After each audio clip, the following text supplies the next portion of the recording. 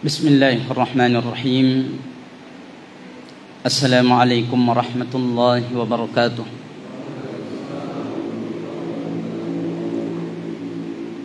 Innal hamdalillah nahmaduhu wa nasta'inuhu wa nastaghfiruh wa na'udzu billahi min shururi anfusina wa sayyiati a'malina.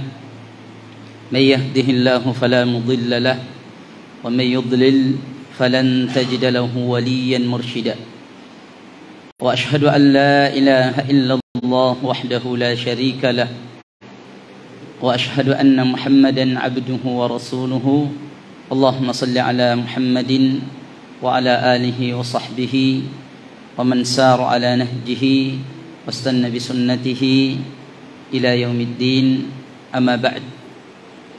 Bapak-bapak dan para ikhwas sekalian jemaah maghrib, semoga Allah subhanahu wa ta'ala senantiasa dan terus melimpahkan rahmat dan taufiknya kepada kita semua. Alhamdulillah, pada malam yang bahagia ini kembali kita memuji dan bersyukur kepada Allah subhanahu wa ta'ala yang kembali alhamdulillah dengan taufiknya kepada kita semua, kita bisa sama-sama kembali hadir di salah satu taman dari taman surga Allah subhanahu wa ta'ala di bumi ini. Dan insyaallah malam ini yang sedikit kita ingin kaji dan tadabburi bersama adalah salah satu ayat di dalam surah Al-Fatihah, yaitu firman Allah subhanahu wa ta'ala, ihdinas siratal mustaqim. Ihdinas siratal mustaqim. Ini selalu kita ucapkan doa ini kepada Allah subhanahu wa ta'ala. Berapa kali dalam sehari semalam? Selain dari salat sunnahnya, berapa kali? Subuh 2 kali, kemudian zuhur 4 kali, kemudian asar 4 kali, berapa? 10. Tambah maghrib 3 kali, kemudian Isya, berarti berapa semua? 17. Iya, 17 alhamdulillah. Semua di sini pebisnis, jadi bagus matematikanya semua. Ya. Jadi 17 kali. Nah, ayat berapa ini? Ihdinas siratal mustaqim. Ayat berapa di dalam surah Al-Fatihah? Ya. Ayat berapa, ikhwan? Ayat 5 atau ayat 6?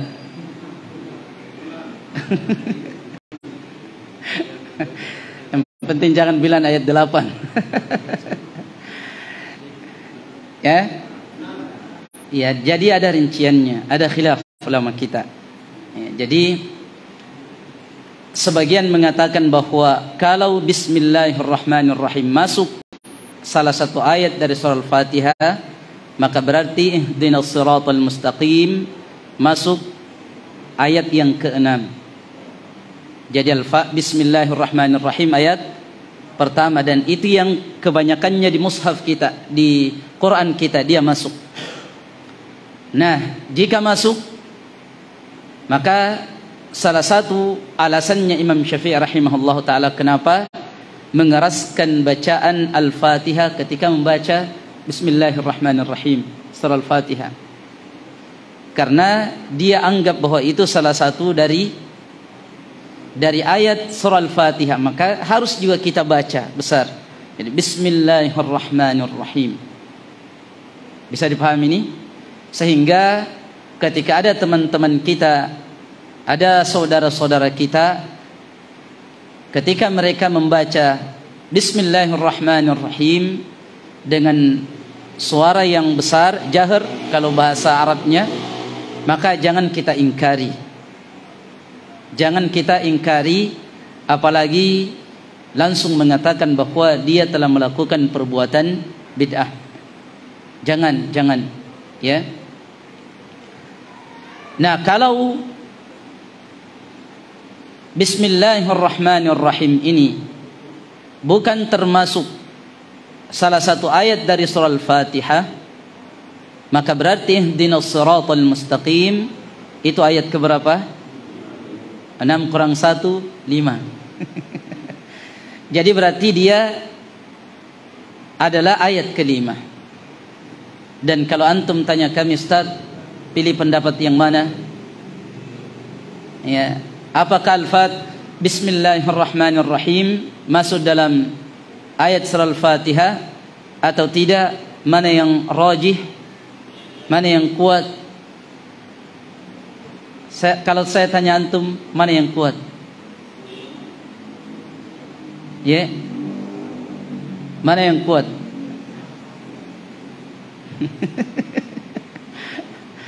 Ya, mana yang kuat, ikhwan?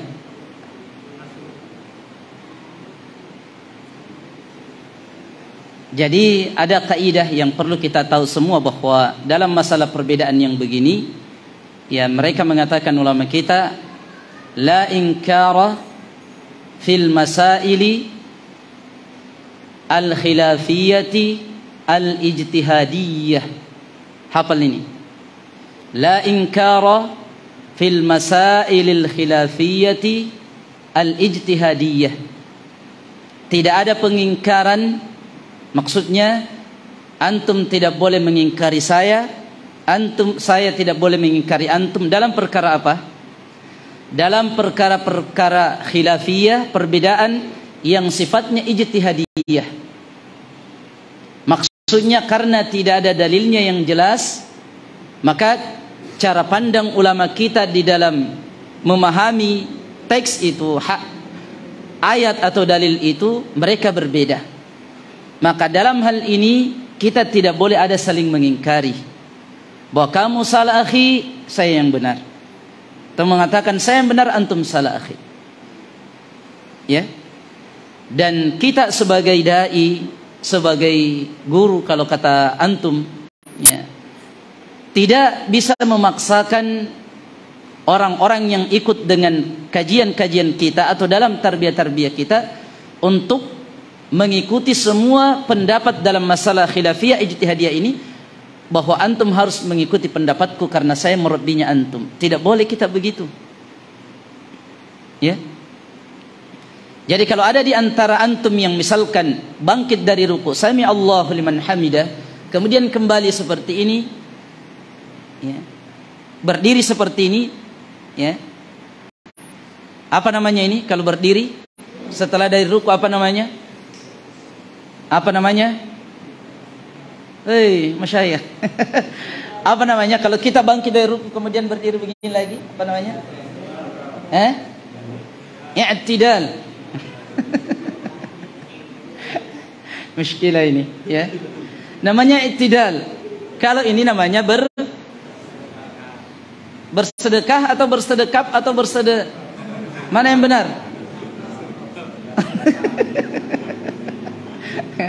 Nah, itu istilah-istilah begini saja antum sudah pusing, apalagi yang lain-lain itu, ya. Nah, maka saya tidak bisa mengatakan kepada antum, lain kali akhidi jamaah tarbiyah sama saya. Kenapa Ustaz? Antum kenapa selisih saya dalam solat? Atau ada yang lain mengatakan, akhi antum ini tidak taat sama Ustaz. Kenapa? Ustaz itu kalau bangkit dari ruku dia begini. Kenapa antum begini? Tidak boleh kita mengingkari dalam hal ini. Ya. Makanya kalau ada yang mengatakan bahwa kita di sini bahwa menyuruh orang fanatik, menyuruh orang ta'assub itu adalah kalamun batil, perkataan yang sangat dusta, batil. Ya, tidak dimaksakan kita selama dalam perbedaan masalah itu tadi. Ya. Tapi kalau ada yang jelas dalilnya, kemudian antum tidak dalilnya, antum ngotot, antum yang salah. Ya, bisa dipahami ini?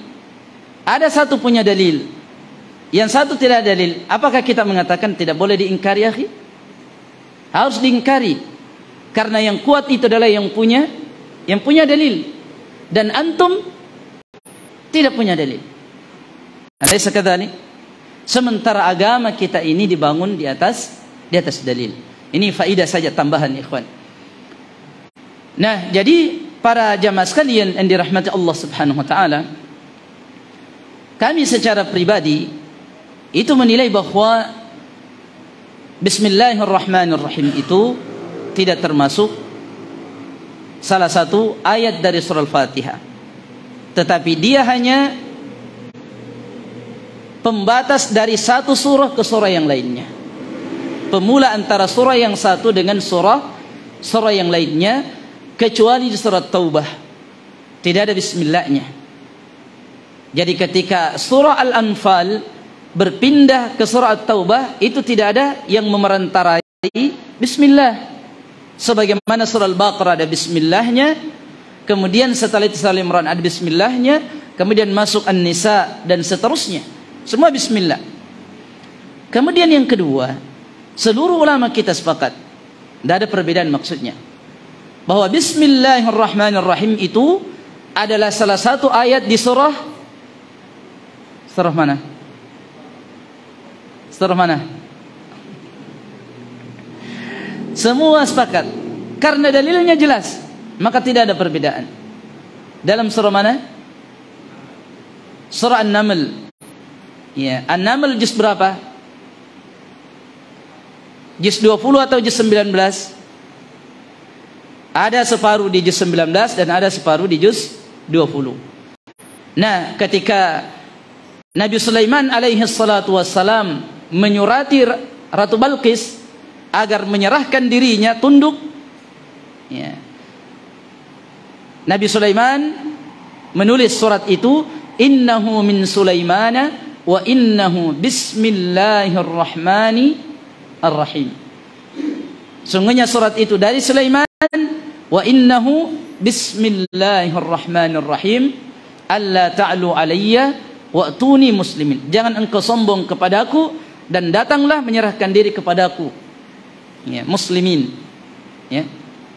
Nah, ini para jamaah sekalian. Jadi masalah Bismillahirrahmanirrahim ini, apakah dia termasuk dalam surah Al-Fatihah atau tidak, adalah masalah khilafiyah ijtihadiyah. Maka antum silahkan mau meyakini bahwa dia masuk atau tidak ada hubungannya dengan sahnya solat, berkurangnya pahala di saat ada yang membesarkan dan ada yang mensirkan. Nah, para jamaah sekalian yang dirahmati Allah Subhanahu wa taala, tidak ada permintaan yang paling besar, yang paling agung, yang paling mulia seorang hamba kepada Allah melainkan dari meminta hidayah. Ya. Melainkan meminta hidayah kepada Allah Subhanahu wa taala. Mau kita adalah seorang ustadz, seorang guru, seorang alim, atau seorang penuntut ilmu, atau seorang biasa, awam, maka semua kita sangat butuh dengan hidayah dari Allah Subhanahu wa taala, tanpa terkecuali. Tanpa terkecuali. Jangan karena kita sudah berstatus sebagai guru atau seorang dai lalu kemudian dia sudah aman dari hidayah, bahwa tidak mungkin Allah Subhanahu wa taala akan mencabut hidayah darinya. Jangan pernah kita mengatakan seperti itu. Kita baca di awal surah Ali Imran, ketika Allah menyebutkan tentang ayat-ayat yang muhkam dan mutasyabih. Ayat muhkam itu adalah ayat-ayat yang jelas maknanya.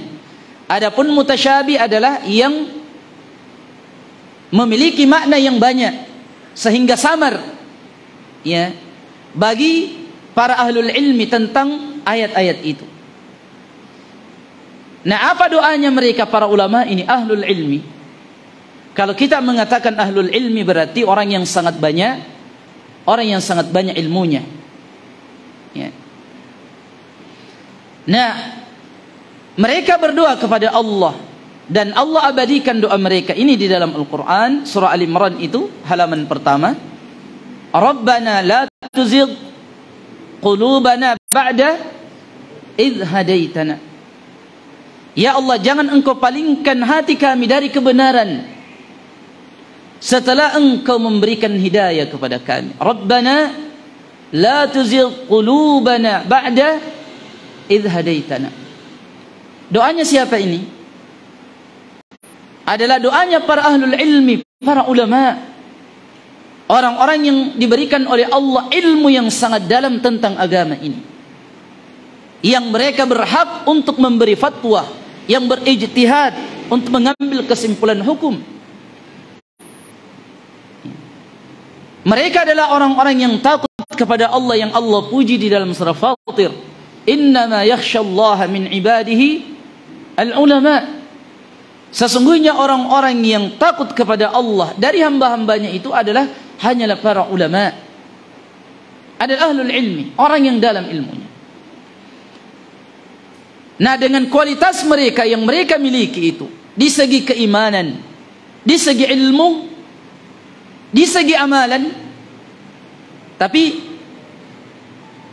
mereka sadar bahwa mereka tetap butuh dengan hidayah dari Allah subhanahu wa ta'ala, sehingga mereka tetap berdoa kepada Allah, Rabbana la tuzigh qulubana ba'da idh hadaitana wa hab lana min ladunka rahmatan innaka antal wahhab.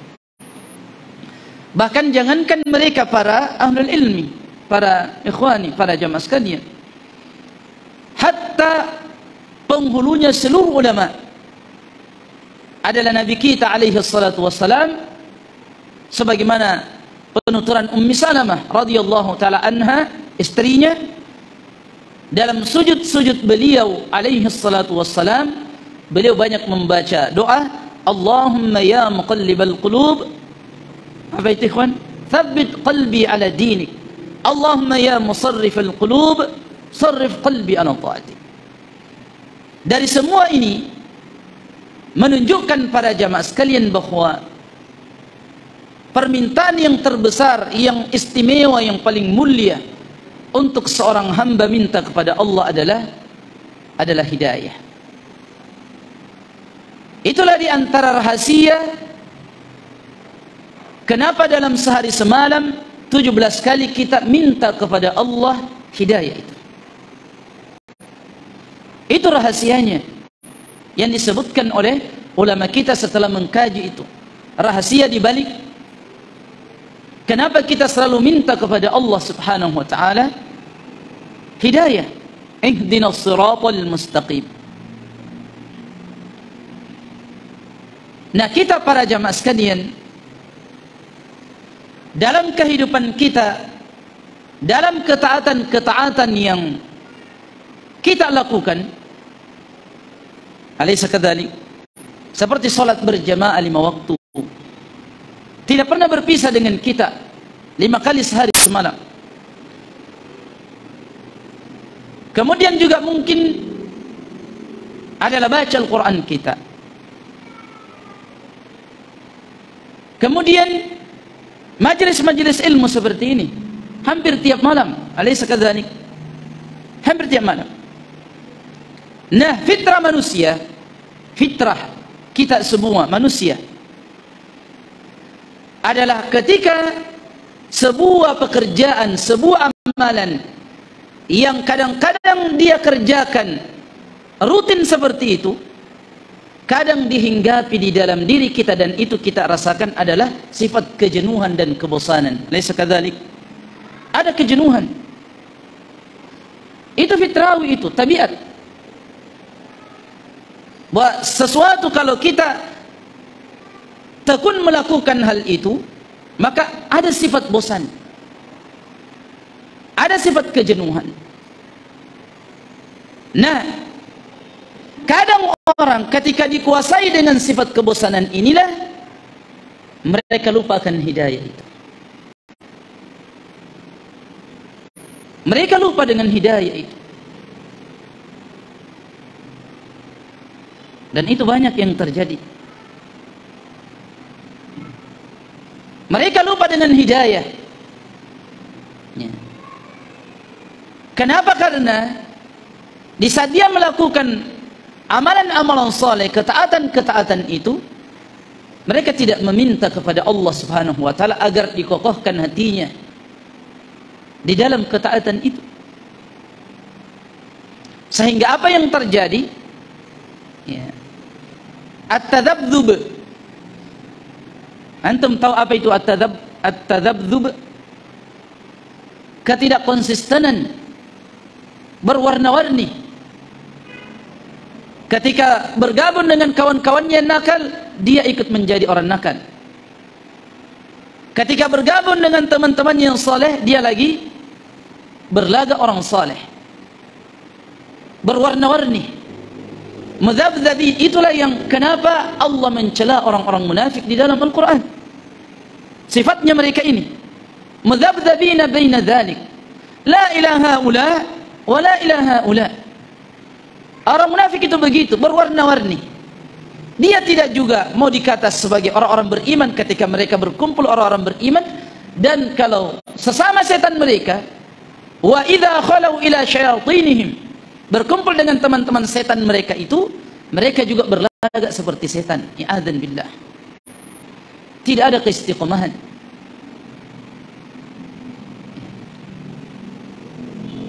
Maka karena fitrah dan tabiat kita memang adalah kebosanan dan kejenuhan dalam melakukan sebuah rutinitas, ya bagus mungkin kalau persoalan dunia, mungkin ya bosan mah ini, saya mau kerja yang lain lagi. Bosan lagi ini, mungkin ya tidak masalah. Tapi kalau jenuh, bosan menjadi hamba yang taat dan istiqamah di atas jalan Allah Subhanahu wa taala, ini sangat berbahaya. Nah, karena kejenuhan dan kebosanan itu bahaya para jamaah sekalian, maka dibutuhkan hidayah dari Allah kepada kita. Maka itulah yang selalu kita minta kepada Allah Subhanahu wa taala agar kita selalu ditunjukkan oleh Allah jalan yang lurus. Kemudian juga yang kedua, di zaman kita ini para jamaah sekalian tidak sama dengan di zaman terbaiknya Islam ini, yaitu zamannya Rasulullah sallallahu alaihi wasallam dan para sahabat dan generasi setelahnya. Alaysa kadzalik? Tantangan-tantangan itu untuk hari ini, saat ini jauh lebih besar. Jauh lebih besar dibanding di zamannya Nabi sallallahu alaihi wasallam. Ya, maksiat masih kurang, para wanita yang membuka aurat ya, mungkin tidak ada, kalaupun ada mungkin sangat sedikit. Belum ada tempat-tempat yang dikhususkan mereka difasilitasi untuk melakukan dosa dan maksiat ya. Tapi di zaman kita, dan itu ketika di zamannya mereka ini, sahabat yang tantangan masih tidak sama dengan hari kita, mereka tetap meminta selalu hidayah kepada Allah Subhanahu wa taala. Fama baluna nahnu al-yawm? Lalu bagaimana keadaan kita hari ini? Kadang ada kita lihat orang di pagi hari soleh, kemudian di sore hari salah. Bertahan di sore hari menjadi saleh, di pagi hari dia sudah menjadi salah. Dan kalau Allah yang masih mengokohkan kita, alhamdulillah. Kan teman-teman kita banyak yang seperti itu. Alaysa kadzalik? Coba bayangkan kalau Allah yang memilih kita seperti mereka. Dahulu kita adalah orang yang konsisten, orang yang istiqamah, lalu Allah mencabut hidayah itu. Lalu mungkin antum bertanya, kenapa Ustaz? Apakah Allah itu tidak adil, tidak sayang kepada saya? Kenapa dia mencabut hidayah dari saya? Kenapa Allah mencabut? Padahal Allah telah memberiku hidayah. Apa jawabannya, kawan? Pertama, Allah mengatakan, wa ma rabbuka bidhallamin lil abid. Dan Tuhan Muhammad, Tuhan kita semua, tidak pernah menzalimi satu pun dari hambanya. Mithqala dzarrah. Ini kaidah. Allah tidak pernah zalim dengan kita. Lalu apa yang menyebabkan Allah mencabut hidayah itu dari kita? Itu adalah karena faktor kita sendiri. Faktor kita sendiri, kembalinya pada diri kita. Allah mengatakan di dalam surah As-Saff juz 28, ketika Allah bercerita tentang kaumnya Nabi Musa, falamma zaghu azagha Allahu qulubahum wallahu la yahdil qaumal fasiqin. Dan ketika mereka sendiri mulai menyimpang dari kebenaran, azagha Allahu qulubahum, maka Allah jadikan hatinya dia berpaling dari kebenaran. Na'udzubillah. Jadi itu adalah murni, adalah perbuatan dosa dan maksiat yang kita lakukan yang menjadi sebab Allah menghukum kita mencabut hidayah itu. Ini yang sangat kita takuti. Sangat kita takuti. Makanya ketika antum lihat teman-teman kita ada yang seperti itu, ada rasa khawatir dalam diri kita. Jangan sampai juga saya seperti mereka. Jangan.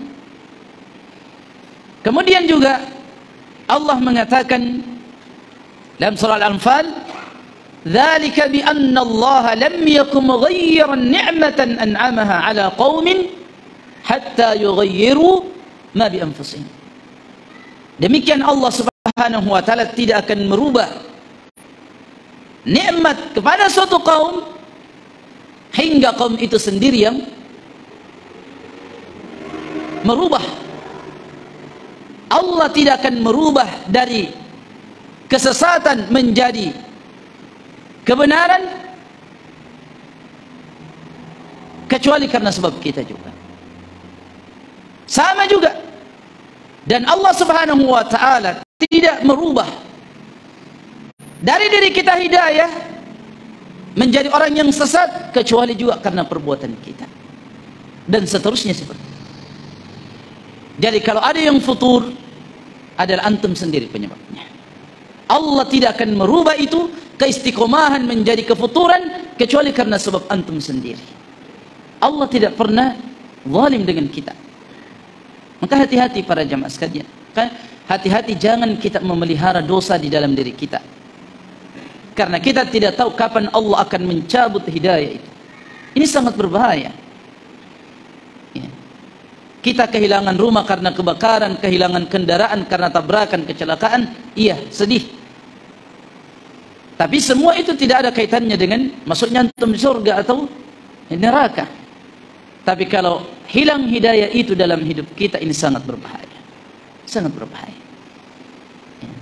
Nah, karena tantangan di zaman kita ini para jamaah sekalian yang begitu banyak, dan tantangannya itu dua. Ada namanya syubhat dan ada syahwat. Ini tantangannya dua ini. Ya. Perkara-perkara syubhat. Apa artinya syubhat para jamaah sekalian? Adalah kebatilan yang dibungkus seperti seolah-olah benar.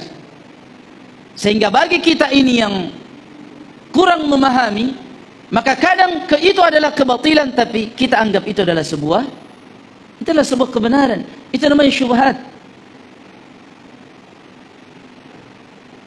Atau ada misalkan yang mengatakan, mengklaim bahwa semua agama itu sama. Semua manusia itu masuk dalam surga. Apa namanya ini, kawan? Syubhat. Perkara syubhat. Hatta dalam persoalan-persoalan yang berkaitan dengan ibadah-ibadah baru yang diada-adakan. Ya. Rasulullah sallallahu alaihi wasallam mengatakan kullu bid'atin, apa para jemaah sekalian? Dhalalah. Jelas dalilnya, jelas. Ya. Kullu itu dalam bahasa Arab itu min adawatil umum. Ya. Bahwa setiap perbuatan bid'ah mengada-ada di dalam agama kita adalah sebuah kesesatan. Lalu kemudian ada yang mengatakan bahwa tidak semua bid'ah itu sesat, tapi ada yang baik. Ini adalah syubhat. Nah, yang kadang-kadang dari syubhat inilah kadang kita melanggar kebenaran, tidak konsisten dengan prinsip kita, dan terbawa dengan syubhat itu tadi. Bisa dipahami ini? Kadang seperti itu. Itu yang kadang merubah prinsip kita karena persoalan syubhat. Ya. Makanya di zamannya Umar radhiyallahu taala ahlul bid'ah itu mereka tidak berani menampakkan dirinya di zamannya Umar. Ya. Karena Umar itu dikenal sahabat yang menutup rapat-rapat pintu-pintu fitnah, pintu-pintu kesesatan. Radhiyallahu taala. Tapi setelah generasi 3 itu mulai berkembang hingga saat ini. Ini syubhat. Kemudian yang kedua adalah syahwat. Ya. Baik itu tentang kemewahan dunia adalah syahwat, kemudian fitnah wanita adalah syahwat, ya. Dan seterusnya. Nah, di saat kita dikelilingi dan dikepung dengan dua fitnah ini, syubhat dan syahwat, kita membutuhkan apa untuk menangkis semua itu? Butuhkan hidayah dari Allah Subhanahu wa taala.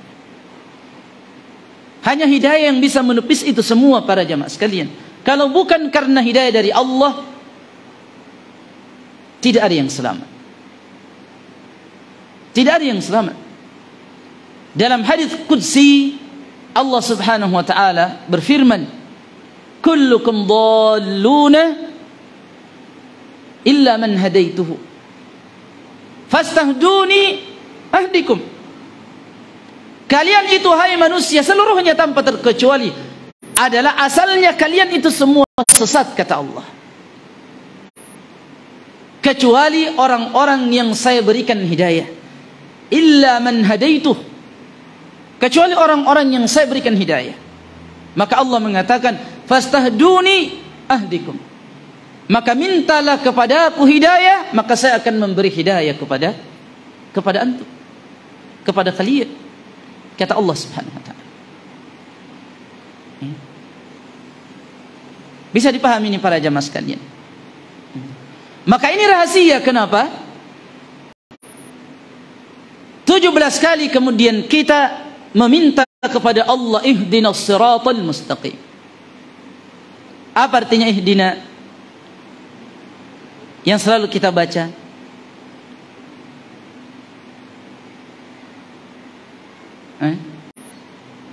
Apa artinya ihdina? Ihdina itu para jamaah sekalian, para ulama kita mengatakan, ulama tafsir kita mengatakan, dullana wa arshidna wa thabbitna wa zidna 'ala al-istiqamah. Wa zidna 'ala al-hidayah. Ya Allah, bimbing kami. Jadi ketika antum kita mengatakan ihdinas siratal mustaqim dalam surah Fatihah, berarti ada 3 yang kita minta kepada Allah. Ya Allah, bimbinglah kami ke jalan yang lurus. Kemudian istiqomahkan kami di atas jalan yang lurus itu, dan kemudian tambahkan hidayah kami di atas jalan itu. Saya ulangi lagi. Ketika kita mengatakan ihdinas siratal mustaqim dalam surah Fatihah, makanya para ikhwani, jangan kita menghayal di saat salat membaca Al-Fatihah. Resapi itu bahwa kita memang betul-betul minta hidayah kepada Allah. Resapi itu, tanamkan itu dalam hati kita bahwa kita memang butuh dengan hidayah. Jangan asal lewat dengan mulut kita tanpa antum resapi, sehingga salat itu saat usai salat tidak ada pengaruh dalam kehidupan kita sama ji. Makanya ada orang yang rajin salat kemudian rajin juga bermaksiat karena dia tidak memahami apa itu hidayah. Tidak tahu. Jadi ihdina artinya adalah ya Allah, bimbinglah kami di jalan yang lurus.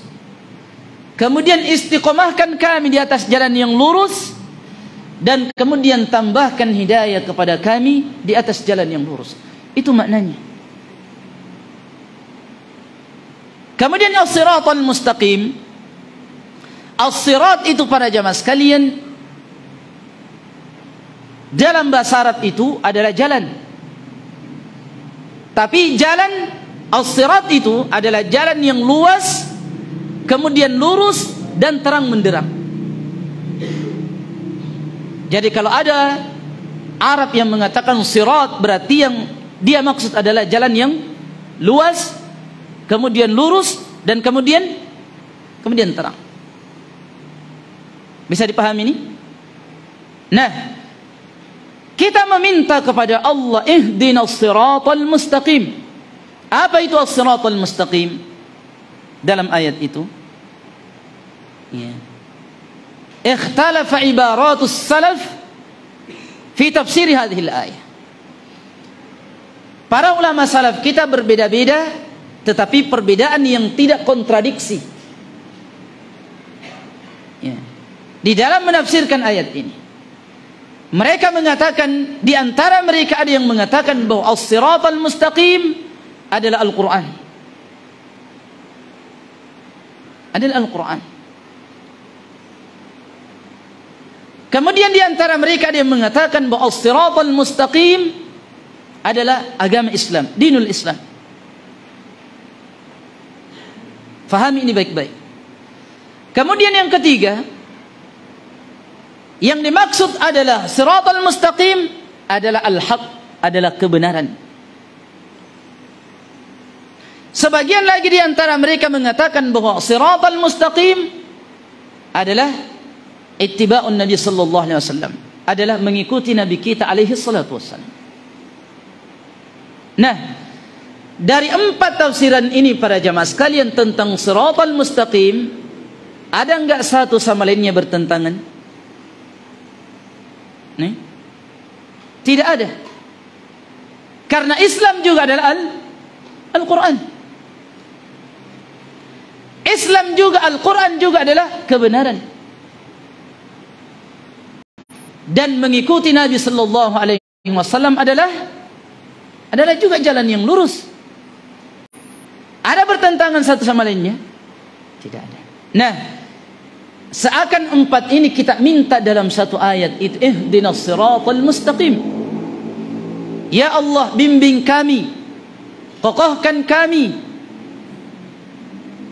di atas hidayah siratal mustaqim itu, dan tambahkan hidayah itu kepada kami. Ini yang kita minta kepada Allah Subhanahu wa taala. Bisa dipahami para jamaah sekalian. Dan perlu kita tahu semua para jamaah sekalian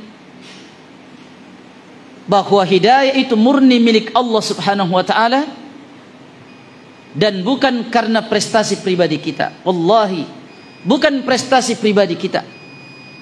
Karena antum sudah rajin membaca Al-Quran, karena antum merasa sudah rajin ta'lim, karena antum merasa sudah rajin salat berjamaah, antum sudah merasa bahwa antum selalu bersahabat dengan orang-orang yang saleh, lalu mengatakan, saya mendapatkan hidayah itu adalah karena pribadi saya, usaha saya. La, wallahi murni itu adalah hidayah pemberian taufik dari Allah Subhanahu wa taala. Maka jika Allah Subhanahu wa taala masih memilih hingga saat kini kita sebagai orang yang masih istiqamah di dalam hidayah, maka mari kita banyak bersyukur kepada Allah dengan hidayah ini. Para jamaah sekalian, banyak orang yang ketika mendapatkan hadiah dari kawannya, dia bersyukur kepada Allah dengan hadiah itu.